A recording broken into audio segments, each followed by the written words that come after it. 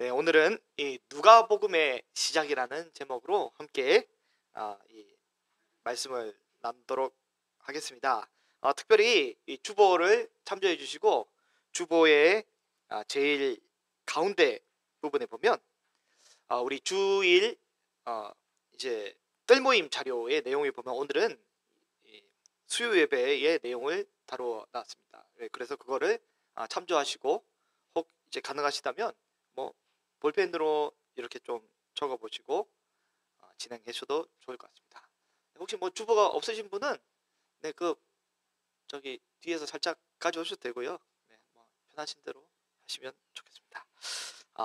이제 여호수아가 끝나고 누가복음이 이제 시작됐잖아요. 여호수아를 통해서 우리가 함께 나눴던 은혜를 주일에 우리가 이제 말씀을 통해서 함께 이제 고백하고 또 되돌아보는 시간을 가졌잖아요.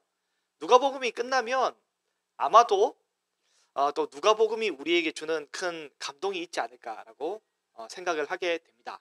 근데 이건 누구에게 있냐면 누가복음을 기대하는 사람에게 있을 것입니다. 기대하는 사람에게는 그 감동이 찾아올 것입니다. 성경을 읽으면 그 하나님의 말씀이 살아있는 이 생물이기 때문에 죽어있는 말씀이 아니라 살아있는 생명체이기 때문에 그 말씀은 반드시 우리에게 영향을 미치게 되어 있습니다. 엘리베이터를 타는데 이 굉장히 향수를 많이 뿌리신 여자분이 한 10분 정도 타셨다고 생각해 보세요. 거기는 남자는 저 하나밖에 없는데 그럼 어떻게 돼요? 막 이게 심각한 이 막 두통이 올 것 같아요. 쉽지 않은 영향을 받게 돼 있습니다. 근데 뭐 만약에 이제 아름다운 이 향기가 하나만 딱 풍기면 와 좋다 싶을 수 있겠지만 만약에 그 속에서 뭐 대여섯 명이 뭐 이런 일은 뭐 잘 없겠지만 한 번에 그 습도가 가득한 방구를 끼신다면 막 참혹한 이 테러잖아요. 영향을 받게 돼 있습니다. 사람은 하나님의 말씀은 살아있기 때문에 그 말씀을 진짜 인격 대 인격으로 대하면 우리가 영향을 받게 돼 있습니다. 여호수아를 읽고 묵상하게 되면 무대뽀로 용기가 생깁니다. 좌우로나 우로나 좌우로나 치우치지 않고 막 그냥 말씀대로 용기가 생기는 거죠.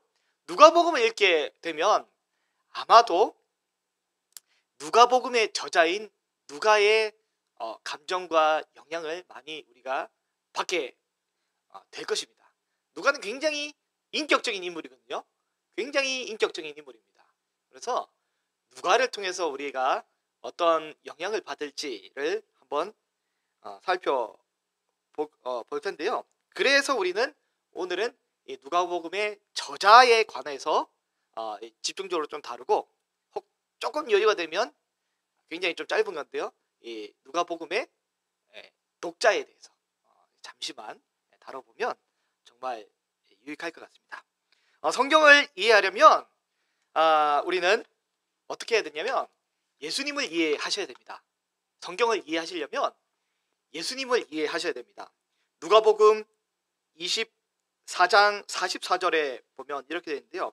모든 성경이 이게 누구에 대해서 기록이 되어 있냐면 같이 한번 읽어볼까요? 또 이르시되 내가 너희와 함께 있을 때에 너희에게 말한 바 곧 모세의 율법과 선지자의 글과 시편에 나를 가리켜 기록된 모든 것이 이루어져야 하리라 한 말이 이것이라 하시고 누가는 이 모든 구약의 성경이 바로 누구를 가리켜 기록되어 있다고 말씀하고 있습니까? 나라는 바로 이제 예수님을 가리켜 기록하고 있다고 누가가 스스로의 성경관을 이야기를 하고 있습니다. 그렇다면 누가복음은 누구를 드러내기 위한 책일까요? 바로 누가복음도 예수님을 드러내기 위한 책이 명확합니다. 그러면 예수님은 어떤 분이신가요? 성경은 어떤 글일까요? 예수님은 이 100%가 있다면 그 중에 몇 퍼센트가 인간이고 몇 퍼센트가 사람일까요? 김길래 권사님의 그 예, 옆에 계신 분이 없죠? 네. 김길래 권사님 그 예수님은 몇 퍼센트 인간이실까요? 네. 예.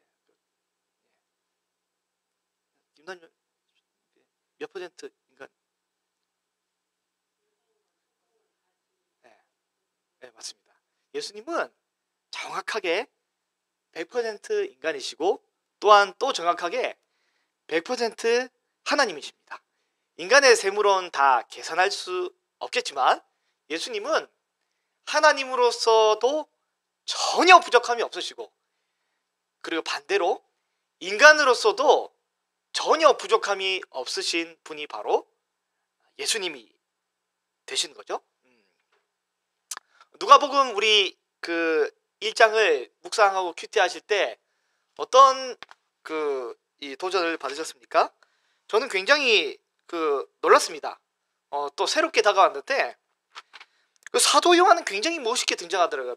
뱃속부터 막 성령 충만해가지고 말도 안 되는 뭐 이렇게 막 뭐 어디 무협지 나오는 인물처럼 굉장한 인물입니다. 뱃속부터 어떻게 그 성령이 충만을 뱃속부터 그렇게 아유 우리 자식은 좀 나이가 들어도 막 믿을지 말지 막 이러고 있는데 그 세례요한이라는 그분은 뱃속부터 성령 충만 와 이게 차원이 다른 인물이잖아요. 그 인간이긴 한데 인간답지 않은 모습을 보이고 있는데 그런데 예수님은 어떤 모습이었냐면 예수님은 태어나서 아무것도 안 하셨어. 그냥 뭐 응애했겠죠. 그냥 울고 뭐 이런 말하면 좀 신성 모독은 아니겠죠. 예. 예수님도 용변도 보시고 그냥 그렇게 아주 사람답게 아주 평범하게 예수님은 그렇게 세월을 어린 시절을 보내셨습니다. 예수님도 아마 하루 중에 대부분을 신생아 때는 수면을 하셨을 것 같습니다.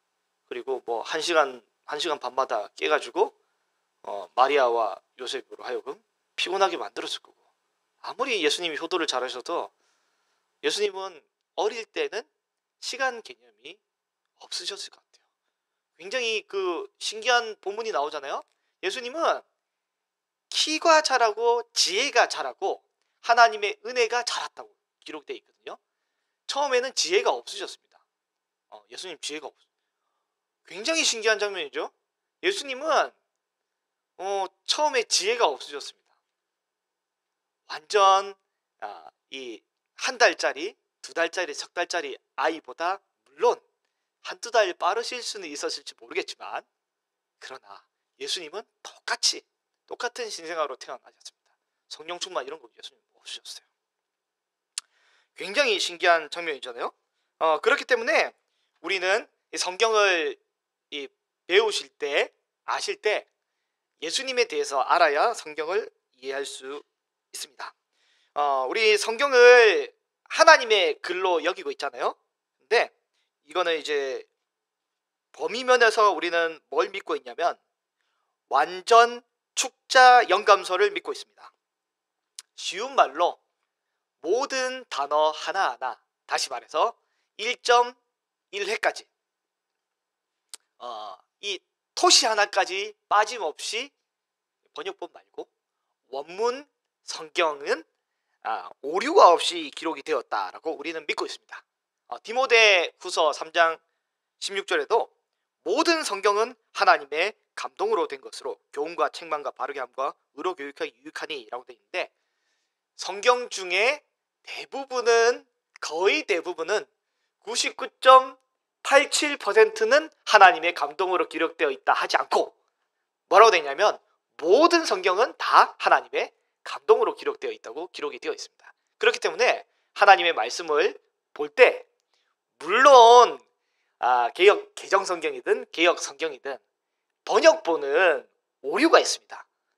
번역본은 오류가 있을 수밖에 없습니다. 왜냐하면 언어란 것은 문화의 사유물이기 때문에 이 번역상의 한계가 있고 또 번역하다 보면 오류가 있죠. 근데 원문은 명확하게 오류 없이 기록되어 있다라고 우리 개역 교회는 믿고 있습니다. 혹시 이렇게 안 믿으시는 분이 계시면 지금 살짝 그 발가락을 들어서 표시를 해주시면 알겠습니다. 지금 살짝 한 분이 믿음이 흔들리신 것 같은데 모르겠습니다. 그래서 베드로후서 1장 20절과 21절을 보면 먼저 알 것이 뭐냐면 성경의 모든 예언은 사사로이 우리 이게 굉장히 번역을 제대로 하려면 경상도 번역이 좋거든요. 지 마음대로 이렇게 지 마음대로 풀 것이 아니다라고 하면 제일 정확한 번역입니다. 성경은 자기 마음대로 풀어서는 안 됩니다.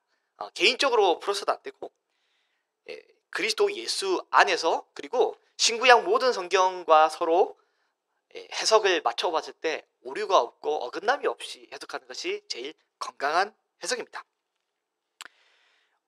예언은 언제든지 사람의 뜻으로 낸 것이 아니요 오직 성령의 감동하심을 받은 사람들이 어떻게 되면 하나님께 받아서 말한 것이다 라고 해서 이게 바로 우리가 믿는 성경 무어설 중에 1.1획조차도 오류가 없다라고 믿는 이 완전 축자 영감들입니다. 여러분 우리는 이걸 믿어야 합니다. 이게 영감의 뭐냐면 범위적인 측면입니다. 범위가 1.1회까지 모든 성경이 오류가 없다라고 우리는 믿고 있습니다. 하나님께 받은 말씀이다라고 믿고 있는 거죠. 또 동시에 우리는 영감의 내용적인 측면에서 영감을 오류가 없는 성경을 그 내용적인 측면에서를 뭘로 믿고 있냐면 우리는 유기적 영감설이라고 믿고 있습니다. 유기적 영감설. 그게 뭐냐면 하나님께서 각 인간 저자의 언어, 문체, 사고방식 그리고 역사적인 맥락을 활용을 하셔서 메시지를 전달하신다. 계시가 한 번에 기계적으로 전달되는 것이 아니라 시간과 상황 속에서 점진적으로 더 이제 이해도가 높아지도록 발전하는 거죠.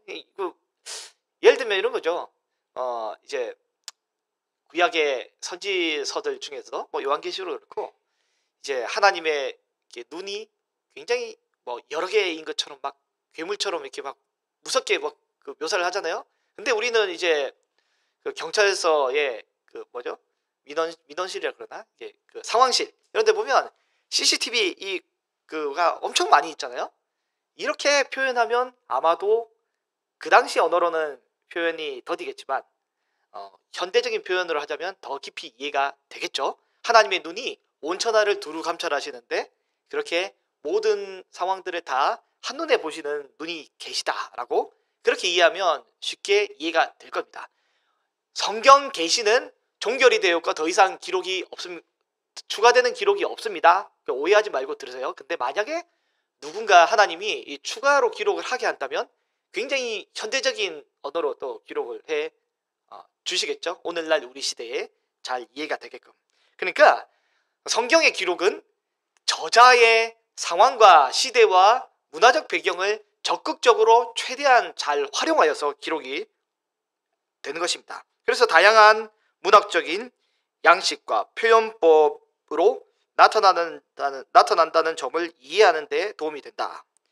그렇지만 다양한 저자와 오랜 시대를 아우르면서도 우리가 주목해야 될 것이 뭐냐면 성경 전체가 하나의 통일된 메시지를 이루고 있다라는 것이 정말 기가 막힌 신기한 책이잖아요. 우리 성도님들이 다 흩어져서 66명이 흩어지셔가지고 만약에 하나의 주제로 책을 쓰신다고 하더라도 이게 같은 시대 같은 장소 동일 문화권의 사람이더라도 통일된 이 주제가 통일된 일관적인 메시지가 나오기가 어렵습니다. 그러나 정말 많은 이 저자들이 수천 년의 시대를 통틀어서 성경을 기록하지만 동일한 메시지 또 통일된 메시지를 가진다는 것 자체는 정말 인간의 글로서는 다 이해할 수 없는 표현입니다. 그렇기 때문에 성경을 이해할 때는 100% 인간의 글이지만 또 동시에 100% 하나님의 그림을 우리가 받아들일 때 그것이 다 이해가 되는 것입니다. 우리 그 자유주의의 물결이 확 밀려올 때 보수주의 우리 교단은 굉장히 두려웠어요. 두려웠습니다. 막 그 원문 비평을 하고 막 이렇게 막 여러 가지 막 하니까 두려운 거예요. 그러니까 어떻게 하냐면 성경을 딱 펴놓고 이제 성경, 네, 성경, 아멘, 아멘, 아멘 할지어다 이러면서 딱 거기서 더 이상 그 질문을 추가하거나 확장하지 못하도록 초창기를 했단 말이에요. 왜냐면 두려우니까 두려운 거예요.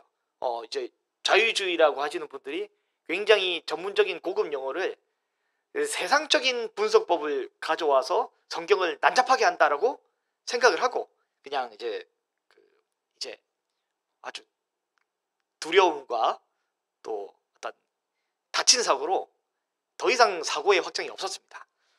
여러분 만약에 제가 정육점에 가가지고 고기를 한 덩이를 딱 잡잖아요. 여러분 주부들은 하실 수 있을 거예요. 이게 무슨 고기인지 여러분 구분이 보통 하실 수 있잖아요. 이게 쇠고기인지 돼지고기인지 닭고기인지 여러분 구분이 가능하시죠? 안 되세요? 네. 물론 이게 분쇄육이면 먹어봐야 알 수도 있겠지만 일반적인 거 이제 뭐 돼지고기라도 이게 앞다리살인지 이게 삼겹살인지 항정살인지 이 구분이 되시잖아요. 살림 안 하세요? 살림 안 하시. 예, 그냥 쇠고기, 돼지고기 다 구분이 된단 말이죠. 가끔 안 되는 게 뭐예요?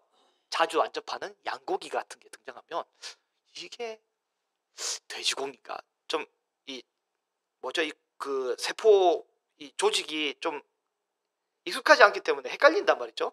오리나 닭도 마찬가지고 이제 서로 구분하는 게 헷갈리지만 닭고기랑 이 돼지고기랑 쇠고기는 명확하게 우리가 구분이 됩니다. 이게 왜 그래요? 이게 뭐 그냥 우리 익숙한 거니까 되는데 자유주의자들은 이게 굉장히 잘했습니다. 뭐냐면 딱 던지잖아요.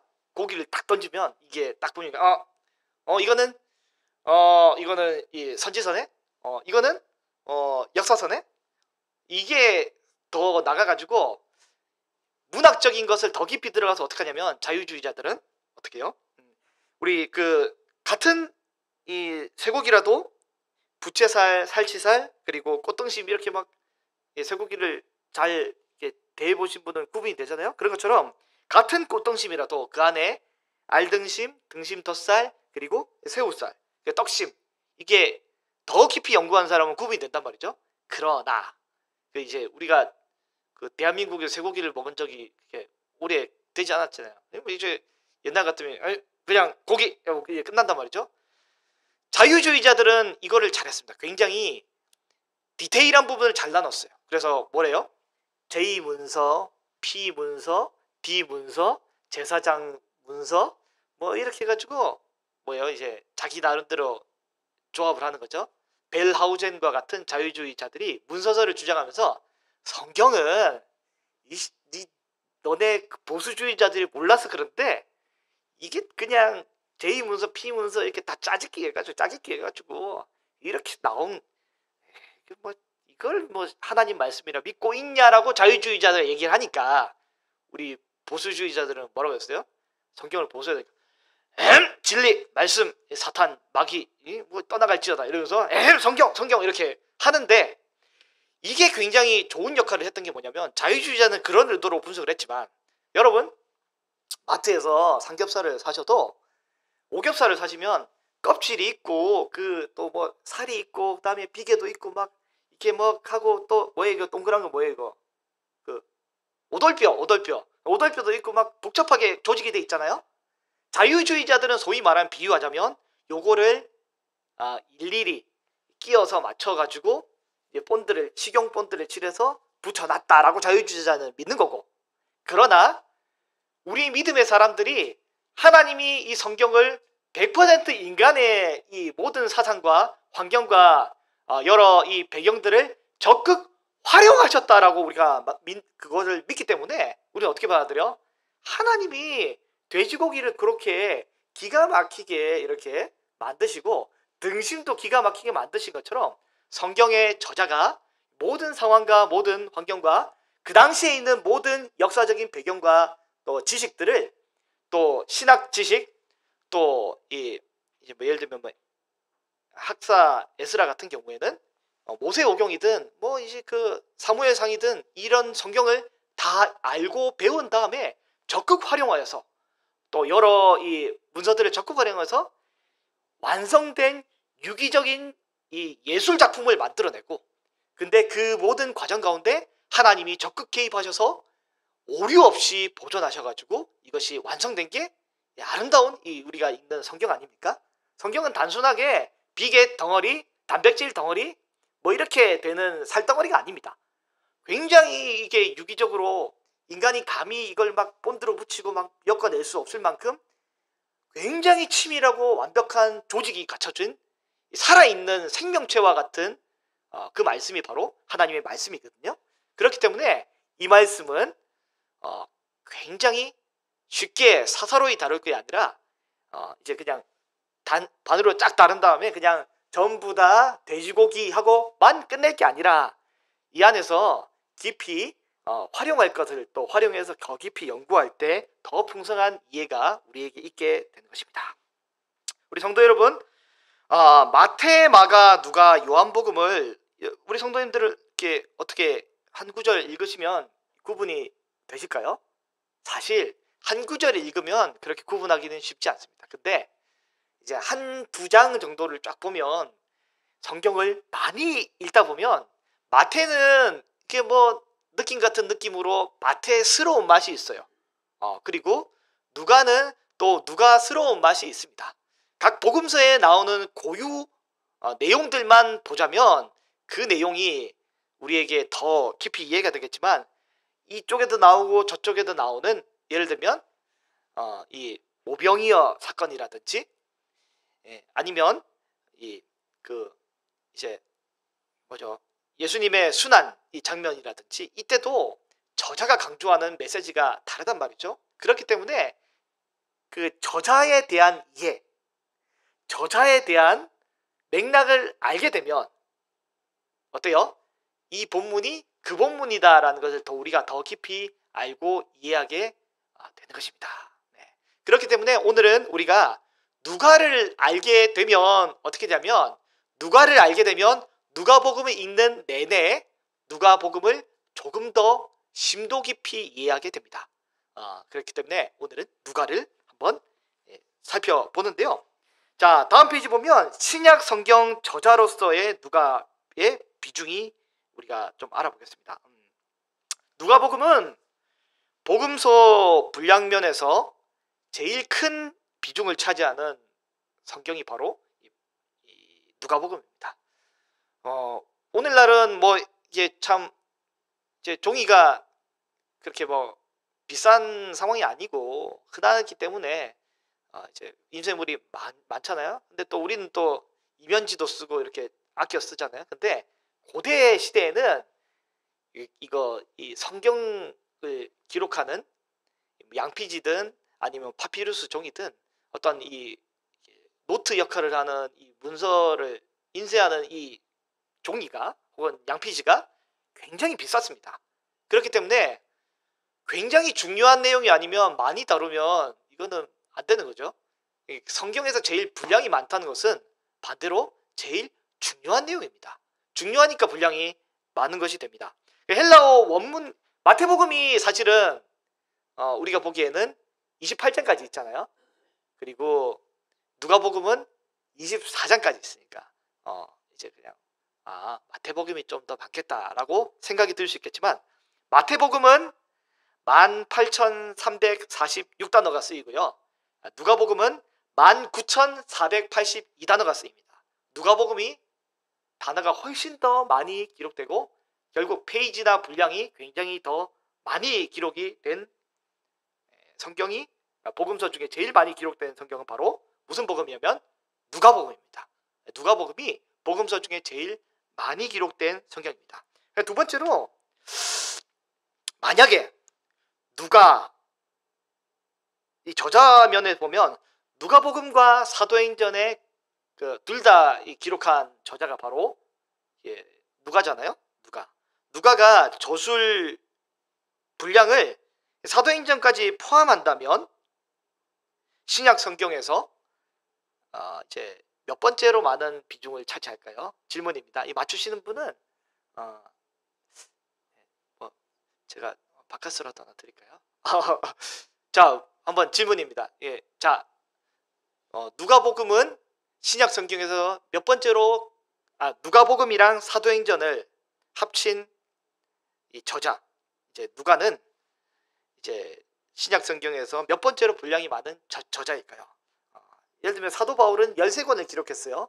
누가는 누가복음과 사도행전 2권만 기록했고, 사도 요한 같은 경우에는 요한복음, 요한 1, 2, 3서, 요한 계시록까지 기록했잖아요. 자, 질문입니다. 누가 사도행전과 누가복음을 기록한 이 누가는 신약 저자 중에서 몇 번째로 많은 분량을 차지한 저자일까요? 자, 1번 제일 많은 사람이다. 1번이고요. 2번은 두 번째, 3번은 세 번째, 4번은 네 번째. 자, 1번 손 들어보시죠. 1번. 자, 2번, 3번, 4번. 네. 정답은 바로 뭐냐면 어떻게 맞췄죠? 나 이거 못 맞출 줄 알았는데. 네, 충격적이겠지만 저는 충격을 받았는데. 누가가 쓴 누가복음과 사도행전의 단어 수를 모두 합치게 되면 이제 뭐냐면 바울이 기록한 13권의 모든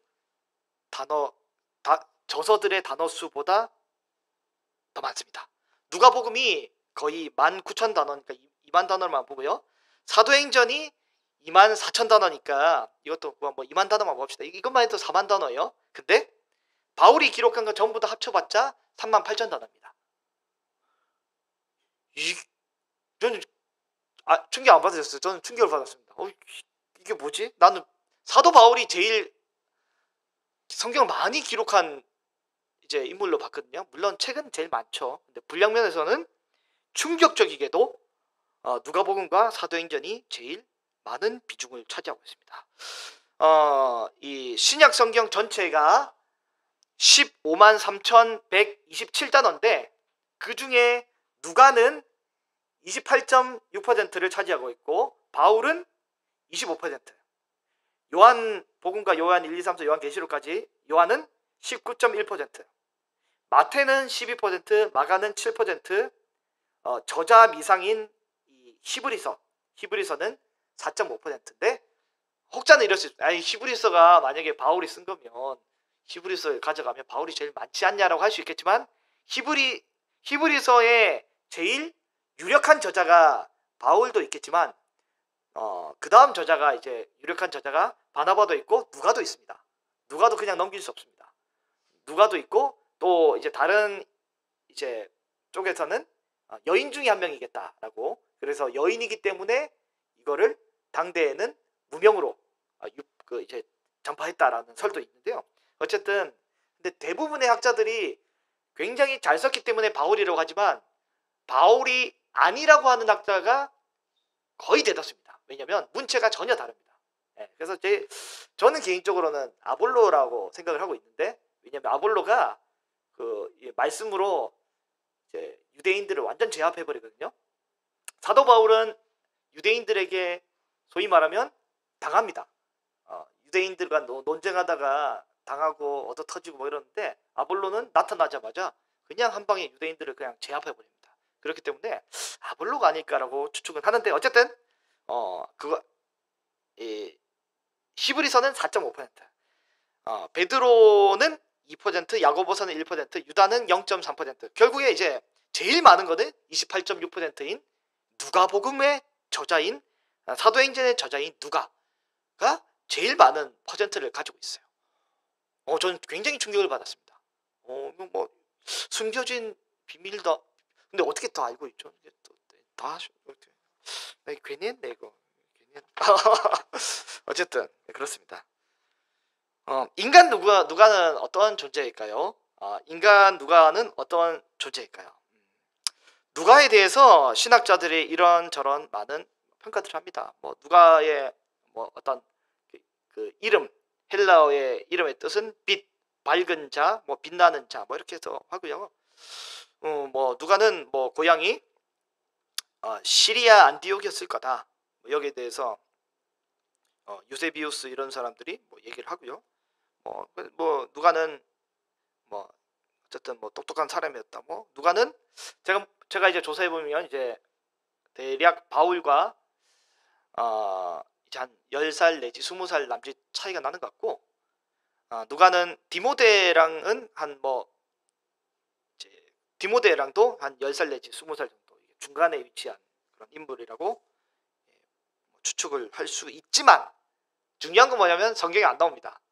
근데 인간이 내리는 이 평가가 아니라 성경이 내리는 평가가 중요하죠. 오늘 한 번만 딱 한 번 찾아보는데, 성경을 한번 찾아보겠습니다. 골로새서를 한번 찾아보겠습니다. 골로새서 4장 7절에서 14절까지인데요. 한번 찾아보겠습니다. 골로새서 4장 7절에서 14절까지를 잠깐 보실 터인데요. 이 중에서 이 누가는 어떤 인물인가?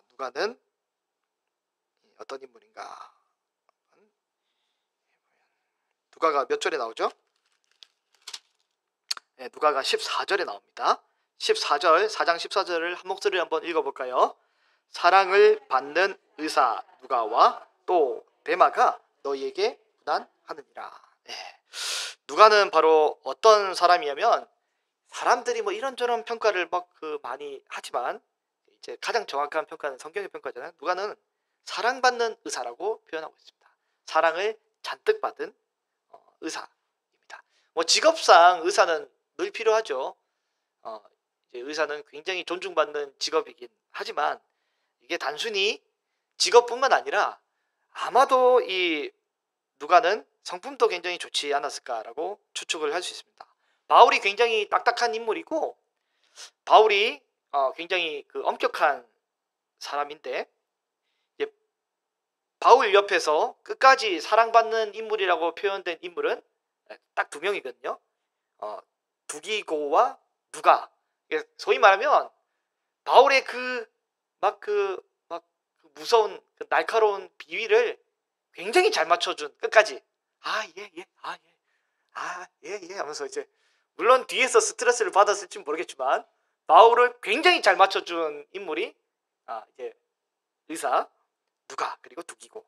근데 그래서 바울은 사랑받는 의사라고 표현을 하고 있습니다. 의사 누가는 사랑받을 만큼 따뜻하고 좋은 사람인 것 같습니다. 아마도 인간미가 넘치는 인물로 우리가 추측을 할 수 있겠는데요. 여기까지만 한번 정리해보면, 신약 성경을 제일 많이 쓴 누가는 사랑받는 의사였다. 신약 성경에서 제일 큰 비중을 차지한, 성경에서 제일 중요하게 여기는 저자 중에 한 명, 이 누가는 의사였다라고 여기까지 한번 정리할 수 있겠습니다. 그리고 앞서 누가가 신약에서 우리가 제일 큰 비중을 차지하는 저자라고 한 것도 저는 개인적으로 충격받았거든요. 충격을 받았는데 다시 한번 충격받은 게 여기 나옵니다. 뭐냐면 골로새서 4장에 나오는 이 바울의 동역자, 우리가 함께 지금 펴고 있는 4장에 나오는 바울의 동역자 중에 10절과 11절을 보면 할례자가 나오는데 여기 3명이 등장을 하게 됩니다. 10절과 11절을 보면 나와 함께 갇힌 아리스토다고와 바나바의 생질 마가와 이 마가에 대하여 너희가 명을 받았음에 그가 이르거든 영접하라. 유스도라 하는 예수도 너희에게 문안하느니라 라고 되어 있고요. 그들은 뭐라고 되어 있습니까?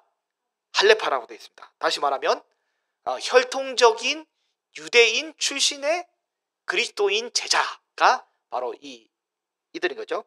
이들은 비록 할레파이기는 하지만 그러나 복음의 편에 서서 싸운 인물들이 바로 아리스토다고와 마가와 유스도라는 인물입니다.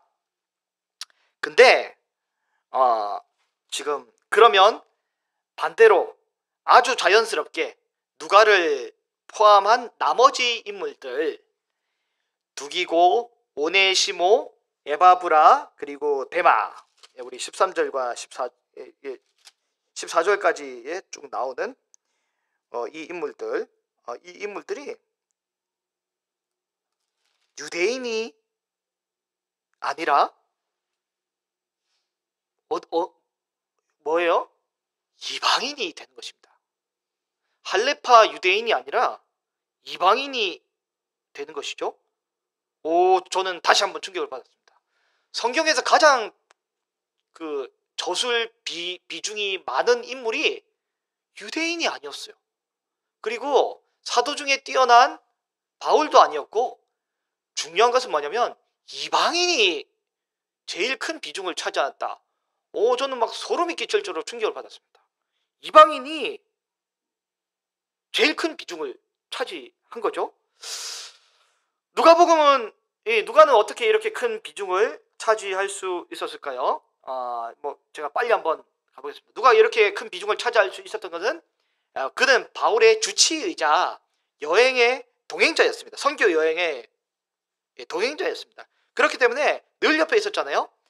아울러 다른 제자들을 직접 만나고 직접 면담하고 시간을 보낼 수 있었습니다.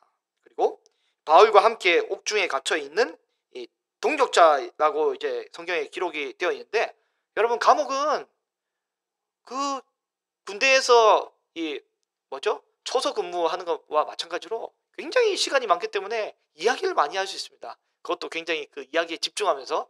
왜 그래요? 다른 거는 뭐 흥미로운 게 없습니다. 그러니까 바울이 그리고 다른 제자들이 전했던 이 흥미로운 많은 이야기들을 누가는 굉장히 귀담아 잘 듣고 마음에 새기고 이제 기억할 수 있었던 것이죠. 아울러 바울 2차 전도 여행을 떠났을 때 누가는 그때 드로아에서 바울과 합류했고, 그리고 이제 2차 선교 여행 중에 빌립보에 남아 있다가 3차 선교에 다시 합류하고, 어쨌든 1, 2, 3차 다 같이 다녔어요. 굉장히 그 성경을 읽다 보면 갑자기 이제 기록이 우리가 함께 갔고, 이제 그 사도행전을 보면 우리가 배를 탔다 뭐 이런 식으로 표현이 나오는데, 그때 이제 누가가 같이 간 것입니다. 이거는 이제 신빙성이 명확한지는 모르겠지만 어떤 학자들은 이 바울의 꿈에 마케도니아 사람이 와서 우리를 도우라고 했던 그 인물이 바로 누가였다라고 추측을 하기도 한데, 일단 뭐 정확한 건 아닙니다. 추측입니다. 어쨌든 누가는 바울과 함께 예루살렘에서 로마까지도 동행을 했고, 바울이 그곳에 갇혀 있을 때도 함께 했다라고 디모데후서 11절에 기록이 되어 있습니다. 어쨌든 늘 바울과 함께한 거죠. 누가는 사도행전 27장에서도 바울과 함께한 여행에 대해서 여행 경로를 생생하게 기록을 하잖아요. 그만큼 그는 이 여행을 통해서, 선교 여행을 통해서 풍부하고 어떤 그 깊은 직접 경험한 내용들을 예를 들면 향해 일지도 그렇고 다 기록을 해놓는단 말이죠. 그렇기 때문에 누가는 이렇게 상당히 많은 분량들을 기록할 수 있는 인물이 되는 것입니다. 누가의 이제 그 문체가 굉장히 수려하고 뛰어난 게 뭐냐면, 다른 이제 저자들은 어때요? 사실은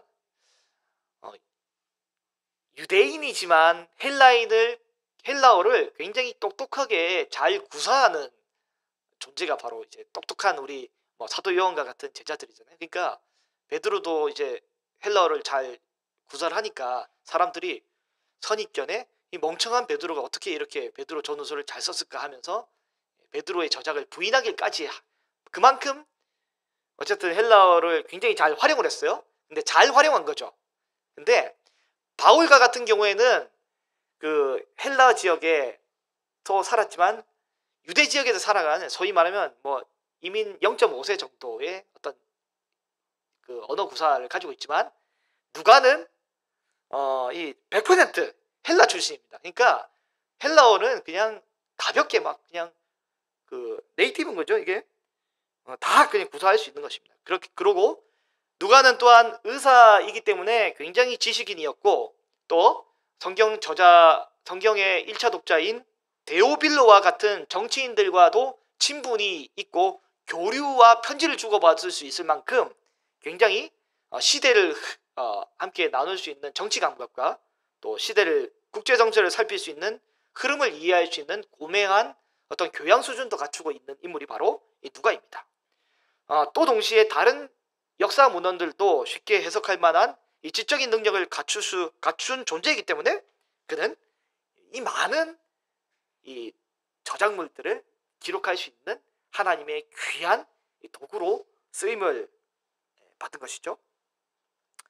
그렇기 때문에 그는 그의 성장 배경과 다양한 신앙의 어떤 사건들을 기반으로 지금 뭘 하냐면 그간 예루살렘에만 머물러 있던 이 교회가 어떻게 안디옥 교회를 거쳐서 온 세상으로 흩어지게 되었는지를 누가복음으로 비롯해서 차례대로 자세한 내용을 최대한 디테일하게 기록을 사도행전까지 쭉 내려가게 시작을 합니다. 온 세상으로 흩어지게 된 이 복음이 예루살렘부터 로마까지 땅끝까지 흩어지게 된 이 모든 과정들을 누가가 옆에서 보면서 기록을 하는 목격자이자 증인이 되는 것이죠. 그래서 누가가 어떻게 보면 제일 훌륭한 목격자 중에 한 명이 되겠습니다. 이 예수님의 이야기를 하는 이 누가의 태도를 한번 보겠습니다. 누가는 어떤 인물입니까? 의사입니다. 누가는 과학적이고 이성적이고 합리적인 사람입니다. 누가는 그래서 뭔가 좀 굉장히 과학적이고 이성적이고 합리적인 사람이기 때문에 아주 꼼꼼하게 얼렁뚱땅 기록하지 않습니다. 그리고 그는 종교의 민족인 유대인이 아니라 철학의 민족인 헬라인이기 때문에 그가 누가복음 서두에 기록한 내용은 굉장히 흥미롭습니다. 그는 이런 헬라인으로서의 기질과 또 의사로서의 과학적이고 이성적이고 합리적인 이 태도가 있고 꼼꼼함에도 불구하고 그는 뭐라고 이 누가복음 1장에 기록하고 있냐면 기가 막힙니다. 우리 중에 이루어진 사실에 대하여 서술한다라고 누가는 기록하고 있습니다. 누가는 과학적이고 합리적이고 이성적이고 꼼꼼하게 다 분석을 해봐도 이것은 우리 중에 이루어진 사실이다라는 것을 믿고 있습니다. 얼렁뚱땅 허무맹랑한 어떤 신화적으로 믿는 것이 아니라 명확하고 확실하게 발생한 사실이다라고 누가는 믿고 있습니다. 그래서 그 모든 일을 근원으로부터 자세히 미루어 살핀 누가가 이 글을 쓴다라고 소개를 한단 말이죠. 다만 이게 그가 이 모든 것을 살폈을 때 역사적인 사실과 모든 것을 살펴보아도 흠이 없다라고 여기고 있는 것입니다. 그렇기 때문에 이 누가는 이미 이루어진 사실로서 허무맹랑한 거짓이 아니라 사실로서의 내용을 데오빌로에게 전하고 있습니다. 그래서 데오빌로가 이 말씀을 읽는 1차 독자잖아요. 1차 독자가 데오빌로인데 누가복음에도 사도행전에도 데오빌로가 1차 독자입니다. 1차 독자 데오빌로는 그 이름의 뜻이 뭐냐면 하나님의 사랑을 받는 자, 또 하나님을 사랑하는 자가 데오빌로입니다. 다시 하겠습니다. 데오빌로 이름의 뜻이 뭐라고요?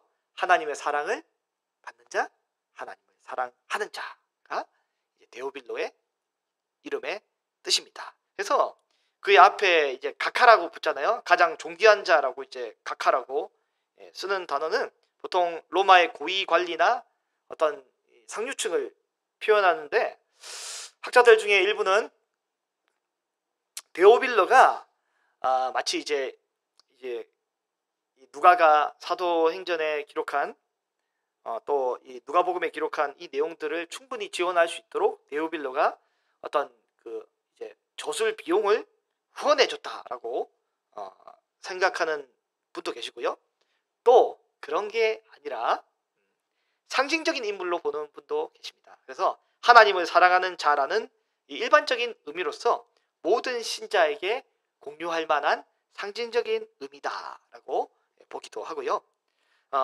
이제 하나님을 사랑하는 자라는 그 상징적인 표현으로 이제 뭐 이거는 이제 그 그리스도인 공동체 가운데 이제 표현을 했다라고, 모든 성도를 표현했다라고 보기도 하고, 또 어떤 학자들은 데오빌로가 실존한 인물이고 그리스도인 공동체 가운데 정치인은 아니지만 굉장히 영향력이 있는 인물이었다라고 추정을 하는 분도 계십니다. 데오빌로 이름에 다시 하겠습니다. 이름의 뜻이 뭐라고요? 하나님의 사랑을 받는 자, 또 하나님을 사랑하는 자. 여러분이 이제 데오빌로인 거죠. 우리가 데오빌로입니다. 누가복음은 우리를 위해 쓴 글입니다. 누가는 이방인입니다.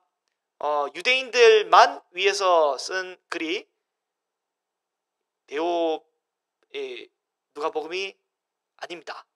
또 동시에 누가복음은 유대인 남자들만 위해서 쓴 글이 아닙니다. 누가복음을 보면 어떻게 기록되어 있어요? 여인과 이 가난한 자, 소외받는 자들을 위해 아주 집중해서 누가복음을 쓰고 있습니다. 누가복음은 상류층만을 위해서, 그리고 누가복음은 교회의 주력 세력을 위해서만 기록한 책이 아닙니다. 그렇기 때문에 누가복음을 읽을 때는 연약한 자들을 생각하며 읽어야 합니다. 누가복음은 안에 이 성령에 대한 내용들이 많이 강조가 되어 있거든요. 그래서 아마도 이제 누가는 성령의 역사를 많이 체험한 사람으로서 성령의 역사를 많이 강조한 게 아닌가라고 생각이 들고, 여기까지가 일반적인 학자들의 견해고요. 여기서 딱 하나만 더 추가하자면 저의 견해는 뭐냐면, 하나님의 사랑을 받는 자가 바로 이제 데오빌로의 이름의 뜻이라고 했잖아요. 누가는 어떤 존재입니까? 사랑받는 의사입니다. 사랑받는 의사. 누가복음은 모든 성도들과 또 고위의 이 정치인을 위해서, 또 후원자를 위해서, 또한 성도들 중에 유력한 자를 위해서도 쓰였겠지만, 또 성도들 중에 연약한 자, 가난한 자, 여인들을 위해서도 쓰였겠지만, 누가복음의 핵심은 뭐냐면, 제가 생각하는 거예요. 추가합니다. 누가복음은 누가 자신을 위해서도 쓴 책입니다. 여러분 큐티를 하실 때, 말씀을 묵상하실 때